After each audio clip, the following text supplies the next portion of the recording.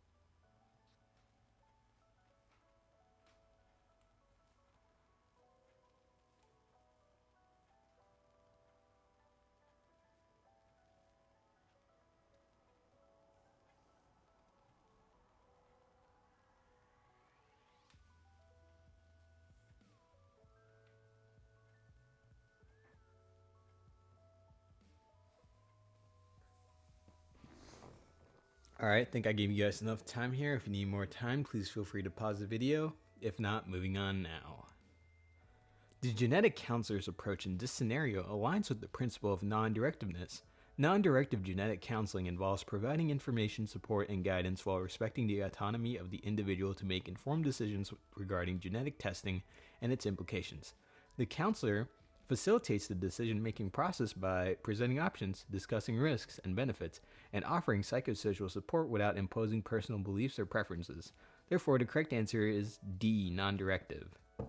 Moving on to see what the correct or the incorrect answer choices are and the explanations for why they're incorrect. Paternalistic counseling involves making decisions on behalf of the patient based on what the counselor believes is in the patient's best interest. This approach disregards the patient's autonomy and is not characteristic of genetic counseling, where patient autonomy and informed decision-making are prioritized. While empathy is an essential component from the empathetic point of view of effective genetic counseling, it does not fully capture the principle guiding the counselor's approach in this scenario. Empathy involves understanding and sharing the feelings of the patient, which is important for establishing rapport and trust, but does not specifically address the counselor's role in facilitating autonomous decision making. Directive counseling involves providing specific recommendations or guidance to the patient based on the counselor's expertise or preferences. In contrast, genetic counseling typically follows a non-directive approach, allowing the patient to make decisions based on their values, beliefs, and preferences with support and guidance from the counselor. Prescriptive counseling involves giving specific instructions or prescriptions to the patient, which is not characteristic of the genetic counseling process. Genetic counseling aims to empower individuals to make informed decisions about genetic testing and its implications, rather than prescribing a specific course of action. Moving on to the next question. A couple seeks genetic counseling due to concerns about their family history of cystic fibrosis. During the session, the genetic counselor provides detailed information about the inheritance patterns of cystic fibrosis, available testing options, and the implications for family planning decisions. The counselor actively listens to the couple's concerns and addresses their questions with compassion and understanding. Which of the following principles best characterizes the approach of the genetic counselor in this scenario?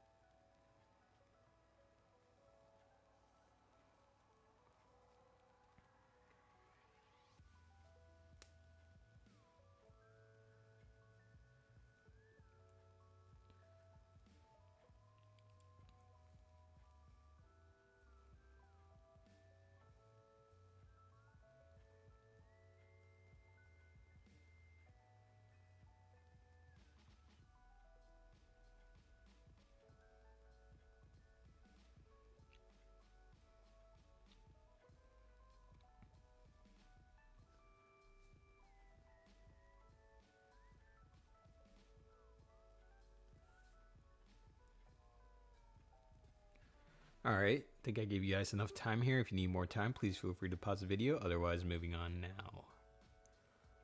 In this scenario, the genetic counselor demonstrates empathy by actively listening to the concerns of the couple and responding with compassion and understanding. Empathy is an essential aspect of genetic counseling, allowing counselors to establish rapport, build trust, and effectively address the emotional and psychological needs of individuals and families navigating complex genetic information and decisions.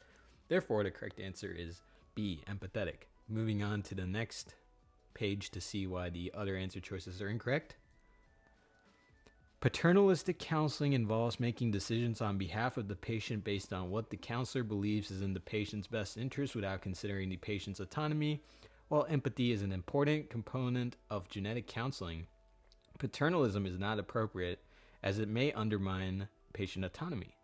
Directive counseling involves providing specific recommendations or guidance to the patient based on the counselor's expertise or preferences While genetic counselors may offer guidance and information, they typically do so in a non directive manner, allowing individuals to make informed decisions based on their values and preferences. Prescriptive counseling involves giving specific instructions or prescriptions to the patient, which is not characteristic of the genetic counseling process. Genetic counseling aims to empower individuals to make informed decisions about genetic testing and its implications, rather than prescribing a specific course of action. Collaborative counseling involves working together with the patient to develop treatment plans or strategies. While collaboration is an important aspect of genetic counseling, the emphasis in this scenario is on the counselor's empathetic approach in addressing the couple's concerns and questions with compassion and understanding. That will do it all for this video, guys. If you have any questions, comments, or concerns, please feel free to leave them in the comment section below. If not, this is Fix Your Med signing off. Good day, goodbye, and good luck studying, everyone.